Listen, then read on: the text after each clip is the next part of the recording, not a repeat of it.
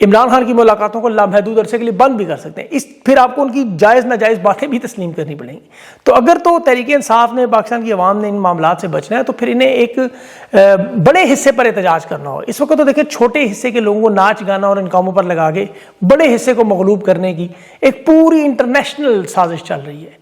آپ صرف اسرائیل کا یہ سرکاری بیان آج پڑھ لیں جو فارم 47 کے بیانی سے مکمل طور پر الٹ ہے. غزہ کے امن بورڈ کے حوالے سے آپ کو ساری بات سمجھ آ جائے. باقی میں تفصیل آپ کو بتاؤں گا. جو نیتن یاہو نے جو آج اس کے آفس نے کہا غزہ میں نہ فلسطینی اتھارٹی کا جھنڈا، نہ نام، نہ اختیار مانیں گے، ان کو مستقبل میں غزہ کے کوئی انتظام میں شامل نہیں کریں گے. صاف صاف یہ اس موقف سے ٹکراتا ہے جو امریکہ اور عالمی فورمز نے، پاکستان کی حکومت نے بار بار آپ کو بتایا کہ غزہ میں ایک انتظامی امن بنے گا، بورڈ بنے گا، فلسطینی اتھارٹی ہوگی. اسرائیل نے صاف صاف مسترد کر دیا کہ غزہ کا بالواسطہ کنٹرول صرف اسرائیل کو ہوگا اور یہ پورا عارضی نظام اسرائیلی سیکیورٹی لائن کے مطابق بنایا جائے گا. کوئی ایسا قدم نہیں اٹھائیں گے کہ مستقبل میں بھی ریاست فلسطین کی 2 ریاستی حل کی طرف معاملہ جائے. تو یہ میں آپ کو اس لیے بتا رہا ہوں کہ یہ پھر آپ کے ساتھ ہونا ہے. یہ یاد رکھیں، اس بات کو ذہن رکھیں کہ دونوں کی مینٹیلٹی ایک جیسی ہے. حکومت پاکستان کو اس بات کی کوئی پرواہ نہیں کیونکہ انہیں اسرائیل کی مکمل سپورٹ ہے. غزہ امن بورڈ میں شمولیت، فوج بھیجنے کا معاملہ، یہ فارم 47 کی حکومت اور فیلڈ مارشل کے اقتدار کا واحد سہارا ہے. یاد رکھیں اس وقت دنیا ان سے وہ مطالبات کر سکتی ہے جو یہ پورے کریں. مثلا ہندوستان کے ساتھ کیا مطالبات ہیں؟ یورپ کے ساتھ تجارتی ڈیل ہندوستان سے کی جاتی ہے، تجارت کریں. 44 ملک پہنچ گئے، عرب ممالک پہنچ گئے، امریکہ پہنچ گیا. آؤ انفارمیشن ٹیکنالوجی کرو، زراعت صنعت میں $500 ارب کی تجارت کرو. ہندوستان نے تو نوبل انعام کے لیے نامزد نہیں کیا ٹرمپ کو، نہ ہی وہ غزہ بورڈ میں شامل ہوئے، نہ وہ دہشت گردی کی جنگ میں شامل ہوئے. انہوں نے اپنا ٹیرف پھر بھی 18% کروایا. پاکستان نوبل امن انعام، معدنیات، دہشت گردی کی جنگ، غزہ بورڈ میں جنگ، یوکرین اسلحہ، روس کا تیل نہ خریدنا، ٹرمپ کی حمایت کرنا، خوشامد کرنا، پھر بھی 19% ٹیرف پہ ہے. اب اس کی بڑی وجہ کیا ہے کہ دنیا کے معاہدے ان ممالک کے ساتھ نہیں کرتی جن کے پاس دینے کو کچھ نہ ہو. ادھر تو صرف کرائے کے اجرتی قاتل ہیں یا آپ کو پتہ ہے اسلحہ بیچنے کا معاملہ ہے، یا چین کے فرنٹ مین کے طور پر کمیشن لینے کی جہاز بیچ کر. اب چونکہ دنیا کے تو اپنے اپنے مفادات ہیں ہر ملک کے، اور اسی لیے عالمی جو سطح پر بڑے رہنما ہیں وہ خان کی رہائی کے لیے طیب اردگان آیا، عمران خان نے منع کر دیا اور عمران خان ویسے بھی ان کی بات نہیں مانے گا، کبھی بھی باہر نہیں جائے، آپ جانتے ہیں. اب ان کے جو مفادات جڑے ہوئے ہیں بین الاقوامی اسٹیبلشمنٹ کے، بالکل جس طرح اسلامی ممالک میں طاقت کے کھیل کھیلے گئے وہ ماڈل پاکستان میں بھی چل رہا ہے. یہ لیبیا کے جنرل حفتار کا پاکستان کا جو دورہ ہے یا ہتھیاروں کی ڈیل ہے، یہ اسی کا تسلسل ہے. ایک ناجائز ملک پر قبضہ کرنے والے شخص کو جسے اقوام متحدہ تسلیم ہی نہیں کرتی، عرب ممالک کے درمیان ایک پراکسی کا کھیل کھیل رہا ہے، اسلحے کی ڈیل کر رہا ہے. یہ شہباز شریف کے ساتھ جو ملاقات ہوئی اس میں آج کے ڈپٹی کمانڈر ان چیف خلیفہ حفتار کے بیٹے کی ایڈمرل صاحب سے بھی ملاقات ہوگی، CDF سے بھی ہوگی، آرمی چیف سے بھی ہوگی، فیلڈ مارشل سے بھی ہوگی، سب سے ہوگی. بری بحری اور فضائیہ ہتھیاروں کی ڈیل ہو رہی ہے، اس میں JF-17 16 چھوٹا اسلحہ، مشاق طیارے، یہ سارے لیے جا رہے ہیں. اب بین الاقوامی media reports, Wall Street Journal نے کہا کہ یہاں پر چونکہ یہ سوڈان میں RSF کے سربراہ کو نہ صرف ایندھن اور فوجی سامان بھیجتے ہیں بلکہ یہاں سے جنگجو بھی جاتے ہیں، بلکہ نجی فوجی کمپنیوں کے ریٹائرڈ افسران بھی جا رہے ہیں. یہ آپ سمجھئے گا کون ہو سکتے ہیں. سوڈان میں بھی اور لیبیا میں بھی مدد کریں. وہاں پہ 300 کلومیٹر کا عارضی ریگستان میں ایئرپورٹ بنا کے لیبیا کے صحرائی راستوں سے خفیہ سپلائی لائنز ہیں اسلحے کی، جس میں بین الاقوامی میڈیا سیٹلائٹ تصویریں بھی جاری کرتا ہے کارگو جہاز کی. وہ سعودی عرب امارات کے یا اس معاملے پر مذاکرات بھی ہوتے رہے، جنگ بندی کی کوششیں، کیونکہ سعودی عرب تو آپ کو پتہ بحیرہ احمر کی سیکورٹی کو اہم سمجھتا ہے، اور یہاں چونکہ RSF کی طاقت بڑھ گئی تو پھر خطے میں طاقت کا توازن بدلتا ہے. یہ میں حالات آپ کو اس لیے بتا رہا ہوں کہ یہ پاکستان کے حالات ہو چکے ہیں. عرب ممالک کی کشیدگی، 2 شہزادوں کی جنگ میں انہیں شامل ہونا پڑ رہا ہے، اور پاکستان کے لوگ یہ بات بار بار یاد رکھیں اور دہرائیں، پاکستان کی جنریشن زی خاص طور پر، کہ Imran Khan, Tayyip Erdogan, Khomeini, Xi Jinping اور پیوٹن، یہ حکومتیں گرانے کا اسرائیل امریکہ کا منصوبہ 2018 سے چل رہا ہے. عمران خان کی حکومت گرانے میں کامیاب ہو گئے، طیب اردگان اپنی حکومت بچانے میں کامیاب ہو گیا، پیوٹن کو انہوں نے یوکرین کی جنگ میں آدھا گردن تک پھنسا دیا، ایران کے اوپر 13 دن جنگ کی، پھر مظاہرین کا معاملہ ہوا، پھر رجیم چینج کوشش ہوئی، اور اب دوبارہ حملے کی تیاری ہے جو میں آگے چل کے بتاتا ہوں. سوائے شی جی پنگ کے، چین کے، باقی سب کو کنٹرول کر گئے، ہر جگہ کامیاب ہوئے. عمران خان کی حکومت گرانے کے بعد دیکھیں جو چیز انہیں سمجھ نہیں آ رہی، یا یہ جان بوجھ کر اس وقت فارم 47 والے سمجھنے نہیں چاہ رہے کہ پاکستان کی اسٹریٹجک جغرافیائی حیثیت جو ہے وہ ان کی غلط پالیسیوں اور خان کی حکومت گرانے کے بعد ہم کہاں پہنچ چکے ہیں سیاسی، معاشی اور سیکیورٹی محاذ میں.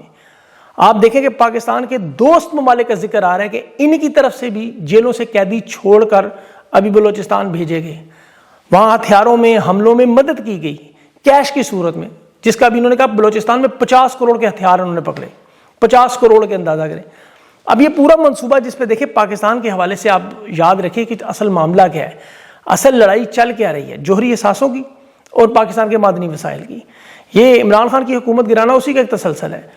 اس میں آپ 1971 کی تاریخ کو ذہن میں رکھے اسے نظر انداز نہیں کر سکتے۔ جنرل ضیاء خان نے ملک کا ایک بڑا حصہ توڑ کر پاکستان کو ایک چھوٹے حصے میں بدلا۔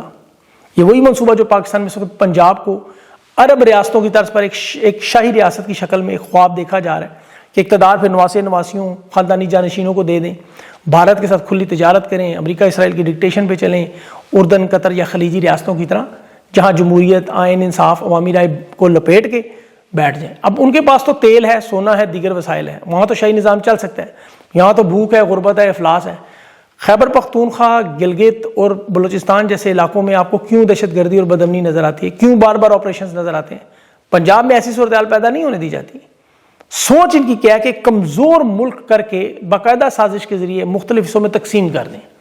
میں ابھی وہ سہیل آفریدی کی پشاور میں ویڈیو دیکھ رہا تھا، نوجوان لڑکی پوچھ رہی تھی کہ جی آپ نے 15 سال میں کیا کام کیا ہے؟ میرا خیال میں ان کا تعلق خیبر پختونخوا سے نہ ہو شاید اس خاتون کا۔ 24 سال سے یہ صوبہ 18 بڑے آپریشنز کا بھوگا چکا ہے، جو کسی ایک چھوٹے ملک کے لیے ایک آپریشن جنگ کے برابر ہے۔ 18 مرتبہ جنگیں ہو چکی ہیں آپ کی۔ ڈی جے ایس پی نے کہا 75,000 انٹیلیجنس آپریشن خیبر پختونخوا میں ایک سال میں کیے۔ کے پی واحد صوبہ ہے جہاں پہ 500 سے زیادہ ڈرون حملے کیے گئے۔ افغانستان کی جنگ کے دوران 24 سال یہ صوبہ سب سے زیادہ دہشت گردی کا شکار ہو جلتا رہا۔ آج بھی وفاق نے 5,400 ارب ان کا دینا ہے، اور ان کی تینوں صوبوں سے گروتھ ریٹ آج بھی سب سے بہتر ہے، 4.8۔ آج بھی آئی ایم ایف کے ٹیکس اکٹھے کرنے میں یہ سرپلس پہ ہے۔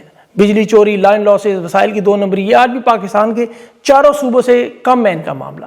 خان کی حکومت میں ترقیاتی کام ہے، وہ انٹرنیٹ پہ پڑھیں، آپ پڑھ سکتے سارے، میں ٹائم نہیں ہے۔ کے پی میں اور بلوچستان کو لیکن الگ کیوں کرنا چاہتے ہیں؟ تاکہ پنجاب میں شاہی حکومت بنے۔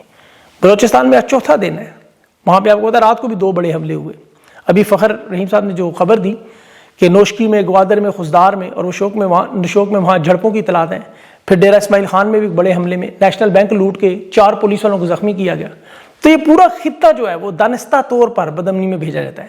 177 لوگ دیکھیں مارے گئے، 17-20 اہلکاروں کی، عام شہریوں کی بھی تعداد الگ ہے۔ 12 شہروں پر حملہ ہوا، اور آپ دیکھیں کہ پاکستان کا سب سے بڑا صوبہ، پنجاب کا سب سے بڑا شہر لاہور، نظر ہی نہیں آتا ایسا ہوا۔ شاہی حکومتوں کا طرز حکومت، سرکاری سرپرستی میں بسنت۔ اچھا بسنت کو دیکھیں سپانسر کون کر رہا ہے؟ اسرائیل کے وہ عالمی برانڈ مشروب کوکا کولا، جیسے فلسطین کے معاملے کی وجہ سے پوری دنیا میں، مسلم دنیا میں بائیکاٹ کیا ہے، یہاں وہ مریم نواز کا شوق پورا کرنے کے لیے بھرپور سپانسر کر رہے ہیں۔ رشک کمر کی بھی اجازت ہے، ظاہر ہے، اس کا پہلا نتیجہ دیکھ لیں، ڈور پھیرنے کا کیس آ گیا، ابھی بسنت شروع نہیں ہوئی۔ اور پنجاب میں یہاں کرنے کی وجہ دیکھیں کیا ہے کہ اسٹیبلشمنٹ کے اپنے خاندان، اپنے گھر بار ہیں، بڑی تعداد میں اس خطے سے ہیں، انہی علاقوں سے ہیں جہاں علی شریف کو اسی لیے ترجیح دی جاتی ہے کہ دونوں ایک جیسے ہیں۔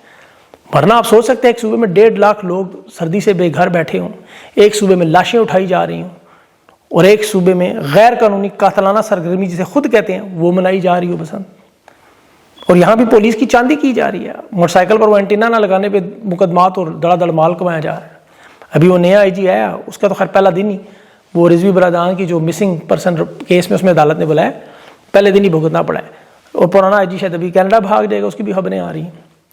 یہ بہرحال ایف آئی اے کا اور پولیس کے درمیان جو کشمکش ہے اس کا سلسلہ ہے۔ جو لوگ مسلط کی گئے ہیں، محسن نقوی، مریم نواز، دیکھیں ان کی لڑائی جھگڑا ہے، یہ صرف یہ پنجاب کی تبدیلی گٹر کیس سے نہیں ہے، وہ جو خاتون گری ہیں، جھوٹ ہے سارا۔